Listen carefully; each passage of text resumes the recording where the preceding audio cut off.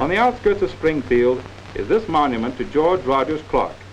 It was here that Clark defeated the Indians and burned their village of Piqua, where the famous Tecumseh was born. By Clark's victories in Ohio and Indiana, the entire Northwest Territory was held to the United States, rather than becoming a British dominion or part of Canada.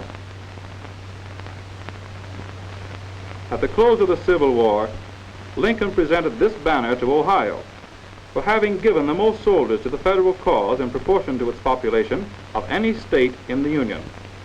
Governor Brough sent the flag to Greene County, as it had given more soldiers proportionately to its population than any other county. It later came into possession of the GAR and finally the DAR of Cedarville Township, Greene County.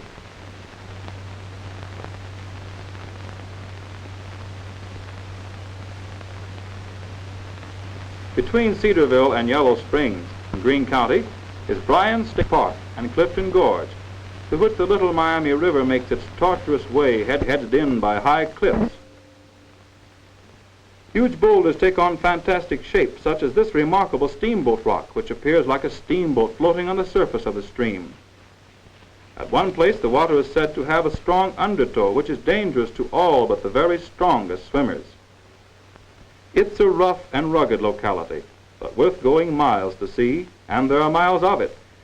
Beside us babbles a winding stream, urging us to peep around the next turn or the next boulder.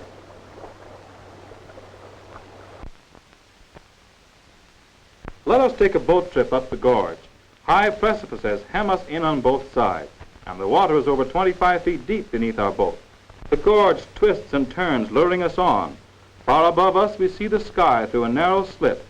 Natural and historic sights are called to our attention by small signboards placed on the rocks.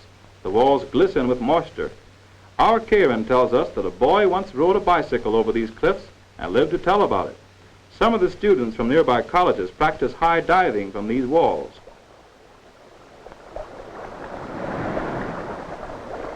And this is Clifton Falls.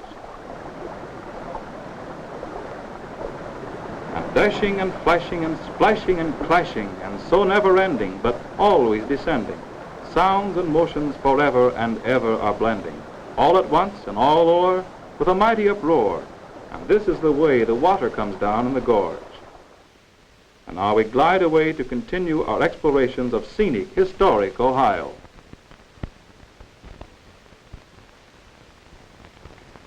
Square, the heart of the forest city, as Cleveland is sometimes called. The terminal buildings dominate the center of the city. 52 stories rising 708 feet from the station concourse to the top, making it one of the world's tallest buildings. Cleveland's population of nearly 1 million makes it not only the largest city in Ohio, but the sixth. Its remarkable growth has been due to its strategic position in relation to the ore fields of the Superior region, the coal and oil fields of Ohio and Pennsylvania grain belt. The city occupies about 70 square miles of territory on a bluff overlooking Lake Erie. The tomb of President Garfield is located in Lakeview Cemetery. It reminds us that Ohio gave 8 presidents to the Union, 7 of whom were native-born. Thus does Ohio become the mother of presidents. The Ohio presidents were William Henry Harrison, U.S. Grant, Benjamin Harrison, James Garfield, Rutherford B. Hayes, William McKinley, and Warren G. Harding. The monumental effect of the Garfield Memorial is outstanding. Its shape, for the most part, is that of a tower. A 50 Romanesque balcony supports the tower. Below this balcony is a frieze of historical scenes relating to the life of Garfield. Spiral staircases ascend the tower and descend to the crypt. From the balcony may be had a commanding view of the city with Lake Erie in the distance. The memorial was erected by popular subscription. The handsome art museum overlooks the lake in Wade Park. It is constructed of Georgia marble along classic lines and was completed in 1916 at a cost of $1,250,000.